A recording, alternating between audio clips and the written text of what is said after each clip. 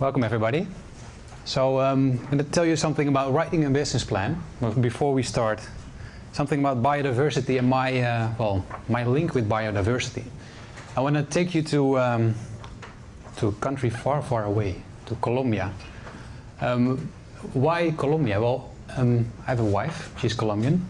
I go there every two years, and I think it's one of the most beautiful countries in the world. And before I actually went to this symposium and checked something on Wikipedia, I found out that it's the second most biodiverse country in the world.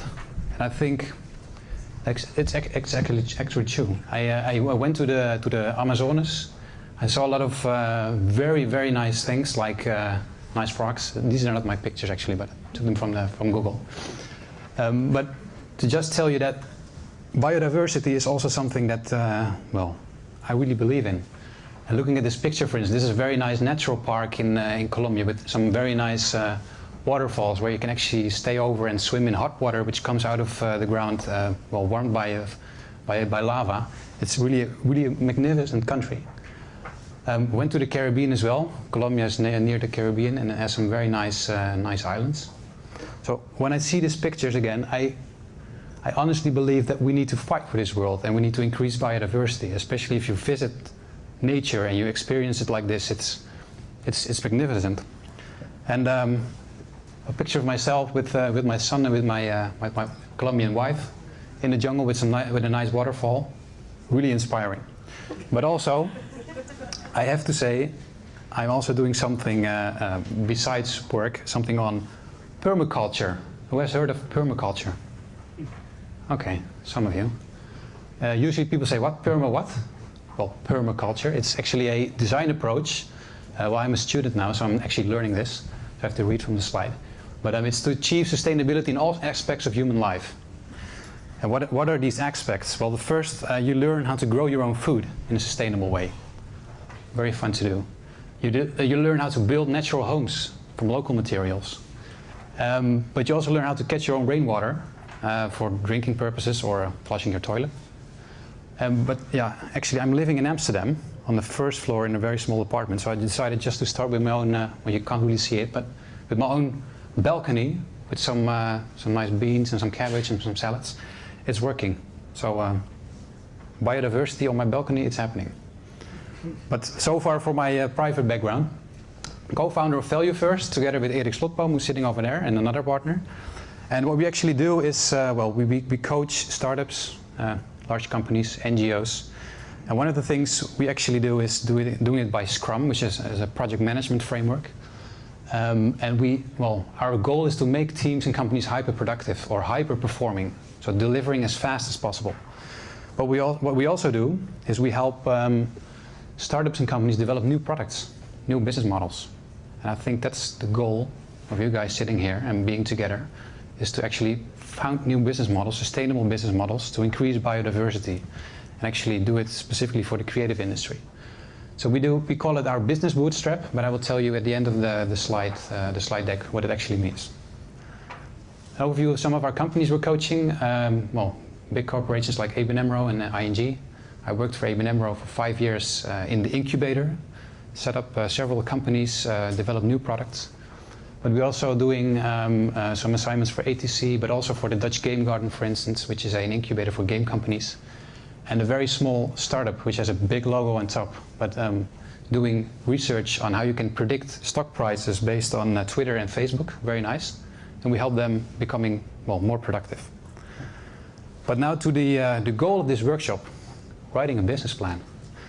And I'm going to start with something very strange to me, but I'm not going to talk about writing a business plan. What I am going to talk about is how you find a business model that works. Because I've worked in the incubator for 5 years. Management asked me to really write really thick business plans. They hardly read it, maybe the front page, that's it. But I think the main focus of people sitting here is finding a business model that works, finding a sustainable company, founding it and finding the model.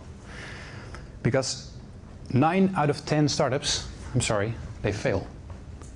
So that's really a challenge. It also holds for products.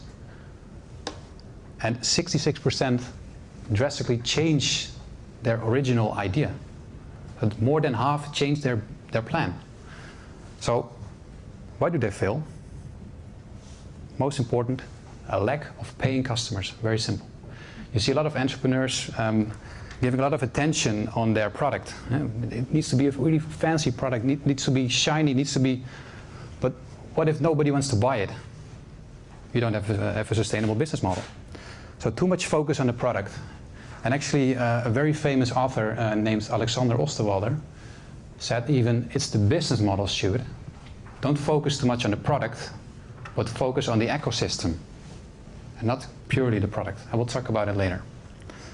So startups who tend to fail focus too much on the original business plan, and sticking to a planning document is very nice if you work in a known context. So if you actually are implementing things like, okay, we are enhancing a product within, let's say, a financial institution. We know our customers, we know what they would like to pay for a certain product. Now we add an extra feature, then it's nice to write business plans. But in a startup context, if you're doing radical innovation, if you're doing really something new, well, plans fail. But that's okay. Only it's okay if you focus really on the learning, so you learn from your failure. And you learn as fast as possible before you run out of resources. So the idea of a startup is to learn, don't stick to the plan, and learn before you run out of money. Pretty simple, right? And this is a famous quote of a serial entrepreneur in the Silicon Valley. Started many companies, who is actually an author of the book The 4 Steps to the Epiphany, so the 4 Steps to Valhalla. And he said that, well, no business plan survives the first contact with your customers. So writing a business plan is full of assumptions, and it's a pretty thick, wordy kind of thing. So if you've written it and you talk to your first customer, it probably will not survive these assumptions. But what is a business plan then? And I told you before, he says it's a document that your investors make you write that they don't read. And I think I agree. Because I remember a lot of hard work working on a business plan for 3 to 4 months. And then the management board told me, okay, please present it. And it was like 5 minutes or 10 minutes. And the rest they didn't read. So I do agree with this statement. So what you should do, well, this is Eisenhower, the US president in 1948. He said, plans are worthless, but planning is everything. You should work on your planning part. So what we should do as sustainable entrepreneurs or people who want to start new businesses, we should plan our search for successful business models.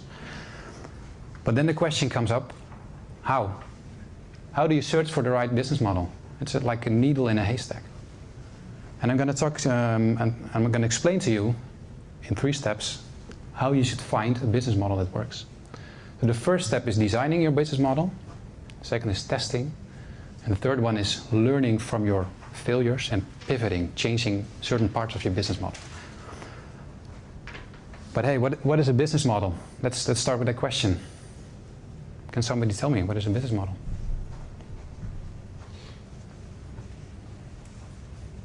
Awfully quiet. Nobody? You write down what you want to go to do. Okay. That's it, huh? Okay. Yeah. So you write down what you want to do? Yeah. Anybody else? No? No idea? Pro forma? Sorry? Pro forma? Pro forma. What do you mean with pro forma? Essentially figuring out your finances and how to sustain itself. Okay, figuring out finances and how to sustain itself. Well, usually, I told you before about Mr. Alexander Osterwalder, which is a business model guru. He has a very nice description. I think it's still pretty vague, but he says a business model describes the rationale of how an organization creates, delivers, and captures value. Well, sounds cool, right? But what is it? Usually when you are, well, starting a company or thinking about business models or thinking about creating value or delivering and capturing it, you have very interesting discussions between people who have the same idea but who actually are talking about their business model. So, I'll give you an example. Somebody says, okay, I'm doing this, and then blah, blah, blah, blah, blah. And then somebody else, all the other people do like, what? What are you saying? And then somebody on the left says, well, do you mean this? And then, what? Still don't have a clue what you're saying here. So, usually what we do, and this is a very nice book, blah blah blah, what to do when words don't work. Pictures, there's more than 1,000 words, so use a picture. So Mr. Osterwalder came up with a very, very nice concept. He made it visual. So he said, let's make a canvas. So let's make a visual thing. What should we really represent a business model? And there's a famous book about it. He wrote it, I think, 2 years ago, which is a management bestseller. A lot of people co-created the book. It's very nice to read, so if you have money, I suggest you buy it. And actually, the business model consists of 9 blocks, 9 simple blocks. And I will briefly describe them with you. So if you think about a concept, if you think about an idea, first of all, start with your target customers. And think about, okay, what jobs do they want to get done? What are the top problems we want to solve? Second, think about the present or the value proposition you're going to deliver to these customers. What are you going to solve for them? And what are your top 3 features that you really are actually, explaining on your website or discuss when you actually are discussing your value proposition with them? But also important, how do you reach your customers? What are the customer channels? Is it offline? Is it online? Is it a combination? Fourth, what is the relationship you have with your customers? It could be a personal relationship based on trust, or it could be automated. It's actually, how do you create your demand with your value proposition and your customer channels towards your target customers? And also, very important, how do you earn money? What are your revenue streams? Is it a fixed price contract? Is it transactional? Is it advertising? On the right, it's actually, delivering value. But then, you know what you need to deliver, but how you're going to deliver that is also very important. So that's the left side of the canvas. So most important is, what are your key resources? Is it intellectual property? Is it certain commodities? Is that HR? What is that? And based on these key resources, what are your activities? What do you need to do to deliver this value to your customers? And also, what some people might forget, we are actually in a network organization. So what are your key partners? Which partners can actually leverage your business model? And finally, the cost structure. So based on the activities and the key resources, and probably some partnerships you need to agree upon with your key partners, there are costs involved. And actually, this is a very simple thing, which we usually go through if we coach companies or startups. What is your business model? Plain and simple. And we put it on a wall, like a canvas, and we say, okay, go ahead. Take your post-it notes and fill in the building blocks. But first, before we do that, because we're going to do this, let me explain to you a business model of, I think, one of the fastest growing online music companies in the Netherlands, but I think also in Europe. Who knows 22 Tracks? 1, 2, okay. 22 Tracks is founded by 2 guys, I think 2 years ago, and they are providing very cool services. So you can go to a website and you can just click, let's say, on contemporary music, and you have the top 22 tracks of this genre refreshed every month. And I asked the founder, can I sketch your business model? So let me give an explanation. He says that, we do this because our target customers are people who want to listen to the latest top songs, or the latest cool songs in each genre. And why do we do this? Because a lot of people, they're just too busy to find the latest music in each genre. So what we provide to them is an online digital, call it a jukebox, where you can listen to a selection of these latest songs. So we are like in Dutch we say a curator, or a filter of these all these songs that come out every month, or every day even, and we just provide them with the best songs. So how do we reach them? I think that's pretty simple, to a web platform. But also they organize 22 tracks parties. So every 22nd of the month, there's somewhere in Amsterdam or in another city, there's a party where they actually have all the DJs coming up and explaining their music, and you can party a lot. And what they also do is, I think it's more of an automated relationship they have with their clients. So you come to the website and it's automatically, you just click on some things, it comes out. It's not really personal or based on a personal relation because they have just too many listeners. I think more than 10 or 20,000 per day. That's a lot. They earn money. They have an advertising model. That's a revenue stream. They also earn some money on iTunes sales, so some kind of a lead fee. But important is, what are the key resources? Well, one of the co-founders is a very famous DJ in Amsterdam.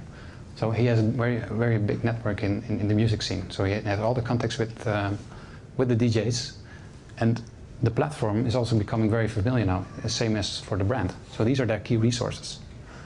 And what do? Well, it's not only this, but uploading songs, obviously, and have contacts with the DJs. Because what their key partners are, is especially these local DJs who know the music scene in Amsterdam, and now they are also in Brussels, and I think in 2 weeks in London, and they will scale definitely to Berlin and also Los Angeles. That's what he told me. So have key partnership with local DJs who know actually the local market. And they have a key partnership with, well, we call them the music royalty police or something, the Buma Stemra. And well, they have a partnership based on the royalties they need to pay. Cost structure? Well, if you have a lot of visitors to your web platform who want to listen to music as fast as possible, you need to have some very good hosting, HR costs, and they need to actually pay royalties for the music they actually explain. Questions about this business model? Then I want to go to design. Because now I explained to you why we need to actually, well, not write a business plan, where you should immediately start with a business model. So I want to ask you, I think you have a lot of ideas. I was not in the morning at the other sessions, but I think you were inspired. I hope you were inspired with having new ideas, new partnerships. So I would like to ask you to do the following. Each one of you has a business model canvas in pairs of 2, or in pairs. First, the person explains his business model to the other person, and he fills in your canvas. Question? How do you know that the cost structure is equal to your revenue streams, or better? You mean more revenue than cost, right? Yeah, because at the end it has to be equal, or your revenue streams need to be higher to be successful. How do you know that? Well, that's what you can do with, for instance, a very nice tool. You can fill in, for instance, there's a business model toolbox on, there's an app you can buy. You can just fill in all the things, let's say target customers, and we assume there are 50,000 of them and 10% will buy our product. So you can make a quantitative analysis as well. That's the second step. Because then you can really see, is it break even, or is it, well, is it a loss, is it a not sustainable business model in financial terms? That's the second step. But before we do that, I would like to ask you again, in pairs, take the business model canvas, one person interviews the other one. So what is your idea? Who are your target customers, value proposition, etc. And then after 5 to 8 minutes we switch, and then the other person, well, is the one who can interview. Yeah? Questions? Then start.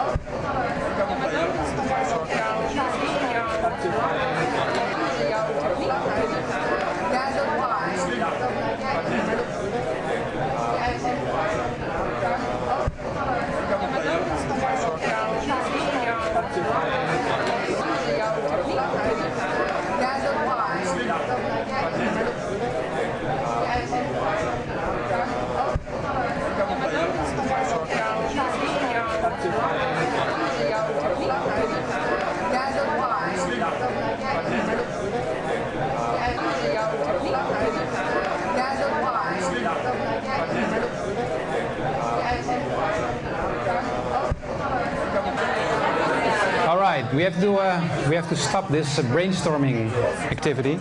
I'm sorry. We're gonna continue. But is there somebody in the room who would like to share in 1 or 2 minutes his business model? Yeah? Okay, you can come up. You can take the mic and... There's still debate? Are you gonna do it? Yeah. So please, your attention for these creative people. Is this a new concept, or are you working on it for a while? You inspire us with your permaculture balcony, so we thought we need to do something with it. Cool. So our business model is called the Biodiversity, and it's for city dwellers. So start with the target customers. Who are they, and what are their issues? The issue is the biodiversity in the city and the value of the apartment or the house. It can be the municipality also for the beautifulness of the city, the aesthetic, the quality, and the owners also.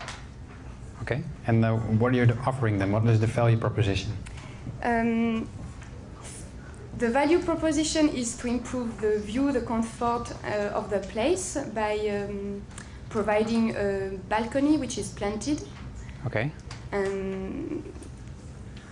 And mostly by creating connections for biodiversity to increase. So not to create biodiversity, but create conditions for biodiversity to occur. In the cities? In the city. Yeah. And customer channels, how are you going to reach these people? By e-service or e-shop, but also by small vehicles, small shops in the city. And what is the relationship with your customers? So the right thing here? It's a special intervention, people-based intervention, and one by one. One-on-one. So it's about understanding the ecosystem of where people live, and then creating interventions to increase and facilitate biodiversity. Nice. And what about the left part, so the key resources? What do you need to actually perform? We need some gardeners, and we need some neighborhood biodiversity expertise. For example, if it's in Fonder Park or in the street of Jordan, it's different because, for example, you need separation to have small microclimates. Or if it's Fonder Park, it's a connection. And you need gardeners, and you need botanic experts, and you need people to provide the plants. So that is more important. And what about the key activities? So what do you need to do to provide this value to your customers? You need to garden and to maintain. Sounds simple. Yeah, it is. It is. Key partners are the neighborhood and house owners that are part of the ecosystem. And the people and organizations providing the service to the ecosystem owners. And we forgot two important things, the revenue streams and the cost structure. Is this a financially sustainable business model? Yeah, very much, because first of all, they pay the plants and the pots and everything, but also they pay the installation, but also the maintenance. So we can have a continuous flow of money going in and have a very small cost intervention at the beginning. And we need to pay our employees and the transport of plants and pots, but it's small scale, so it does not need so much transport. Transport. Yeah. And we need a website and we need advertisement, so that also costs. It's networking. Okay, and what was the name again of the company? Biodiversity. Well, thank you. Biodiversity. Applause for these people. So probably there will be a lot of new business models occurring here in this room. That's very nice. I'm going to explain to you now the second steps. Because the first thing is creating your business model, and now you want to actually know if it works. And what you usually see is that the same technology or the same product or the same service, especially in the value proposition part, can have numerous business models. Let's take 22 Tracks, for instance. They have a platform which they can actually share music on. They could also do it with videos, for instance, 22 videos. Or they could actually find other ways of revenue streams, like premium models, so that you can actually have your specialized genres, which you pay more for. So multiple business models are always the case with your first idea, but you have to pick one. So let's start with one. And the most important thing is that all these things are guesses. Hypothesis. You think this is the target customer, or you think they have this problem, you think this is the value proposition. But what you need to do is first of all, don't fall in love too quickly. Because what I just told you in introduction, 66% of the people who start a business, they drastically change their idea. So what you need to do is prototype. So see this as a prototype. And you're going to, actually evolve this prototype along the way. And it's actually a method about conversation, of having a conversation with your ideas. So you go to the second phase, which is testing. How do we actually test this model?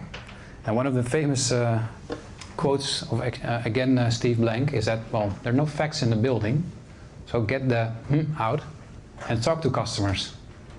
Because you can think about your business model, you can write your business plan for a couple of months, you can stay and talk with some people, but the most important thing is to find, is this really the case? Is this really the business model that's working? And he proposes 4 steps. He calls it the 4 steps to the epiphany. So 4 steps to really have a, everybody wants a multi-billion-dollar business, but have a successful business. And he says, there are 2 different phases. And what you first need to do is do the search phase. So search for the business model, and then if you find a product market fit, or if you find somebody who is willing to pay for your product, and preferably more people, then you go to the execution phase. But what is the search phase? It's really an experimental phase with a couple of questions. The most important thing what you do in customer discovery, so you have your business model here, is do I have a problem worth solving? Are there target customers who really have this problem? You want to find a problem solution fit. And there are multiple techniques you can use, like interviews or things you can do online with questionnaires. But you have to find a problem solution fit. Do we have a problem worth solving? And second, have I built or developed something that people actually want? We call it the product market fit. So these are actually iterative processes. It's not, usually if you start a company, it's not the first business model that works. Maybe it's the second or the third or the fourth or the 10th. So what you need to do is verify these hypotheses and start with, going out of the building and test it. So it might look like this. So first you had a problem with some customers, some users and payers, and the value proposition might change a bit. And then actually what you do is, this is a scorecard. So you keep score of all your results. You can say, okay, this was my hypothesis, and now I've checked it, it's okay, or now I need to change it. And this thing can just, evolve. And the adaptation, or the change in a certain block in your business model, is what's the most important thing. I told you it's about learning, it's about having new insights, and this adaptation is called pivoting, so changing your business model. And what a pivot is something that, it's a change in your business model without a, really big crisis, because if it's totally flipping your business model, then it might not be relevant to do again. And, beware of burning too much cash. So, small iterative learnings and not burning too much cash and adjusting your business model. Well, you can do it for, multiple things. But the most important thing is that, it's about cheap learning from failure. So it's okay to fail as long as you do it cheaply and you don't run out of resources. I'll give you some examples of successful pivots. I think everybody knows Flickr. It was actually set up to be a social game platform. Well, that's nice. In the end, it came out to be a photo sharing website, very successful. Another example is PayPal. It was developed as a PDA application, I think in the 90s, but now it's one of the main online payment service providers. So they pivoted, they changed their business model before they ran out of resources, and they became successful. But you set up a business plan or a business model. How do you know if you're there? How do you know this is the one? And actually, there's one of the simplest things is if you can do a business deal. So do you have a minimal viable feature set or a minimal viable product that people are willing to pay for? And when you have, you probably have a, factual proof. And if you have a factual proof, I think you're there. You find the search, you finish the search process, and then you found a business model that works. This all sounds pretty simple, but actually I see a lot of startups failing, just, well, sticking to the plan and not listening to customers and just, well, going on and spending too much money. And usually successful startups do this. So they finish the search phase and now they go to execution. This is what everybody would like now. So you finish the search phase and now you need to scale. So what you do customer creation. So you scale your marketing activities. You've sold some products and now you actually increase your marketing. And in the end, 22 Tracks is, I think, almost in company building. So they are in Amsterdam and Brussels. But in the end, you build your organization. And I've seen a lot of examples of people who think they developed the new Apple, the new iPod, and they immediately go to marketing and company building, and they fail. And actually, in the book that Mr. Steve Blank writes, there's a famous example of a big supermarket who think they can revolutionize the business. It was in the 1990s, the end of the 1990s. And they started developing a new concept, a new business model, and they immediately started with building the company. So they actually invested heavily in new warehouses. And I think they spent more than $200 million, finding out in 2 years that they had to go bankrupt because they hadn't enough paying customers. So this doesn't only happen with startups, it happens in big companies as well. If you want to actually read something about the 4 steps to the epiphany of the business model generation, or these books, I think it's very nice to check them out. A lot of examples. And if you need some help with finding a business model that works, I hope we've inspired you a bit in actually setting up a business model and actually taking all the inspiration of this morning into a viable concept. Then we can help you. And we call it our business bootstrap. And we help startups or incubators or growth companies in 8 weeks developing an idea from a validated business model with this business model canvas, but also with certain techniques about how you can interview customers, how you can change your value proposition, and find out what kind of revenue streams you need or cost structures. So I think I'm way ahead of schedule, but if there are questions,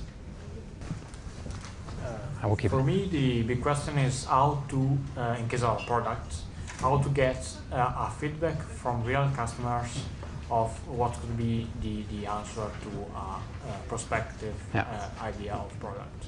What kind of product are you introducing? In this proposition, it should be a customizable case for computers, for desktop computers. And your target customers are? People that are surrounded by technology, but a bit annoyed by mass production products. So they want their own product in their house, also in technology. So are these private or business customers? Private, both private and business. And how do you reach your customers? Via e-selling. So. Okay.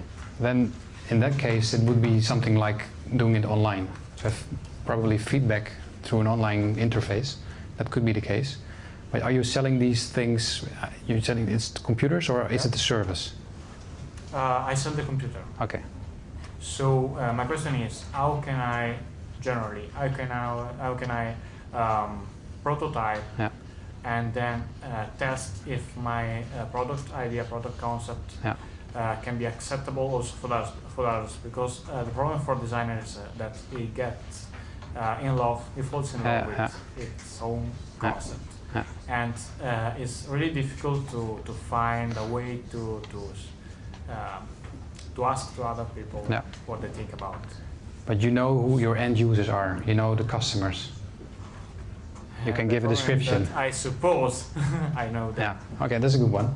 Then the most easy thing would be obviously to take the computer and go to a bunch of people and ask their feedback. That's one thing, the most simplest thing, in your own inner circle.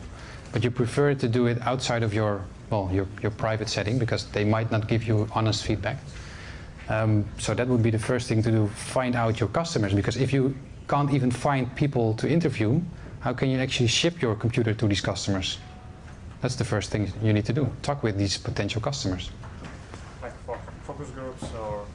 focus groups or something? Yeah, or just one-on-one.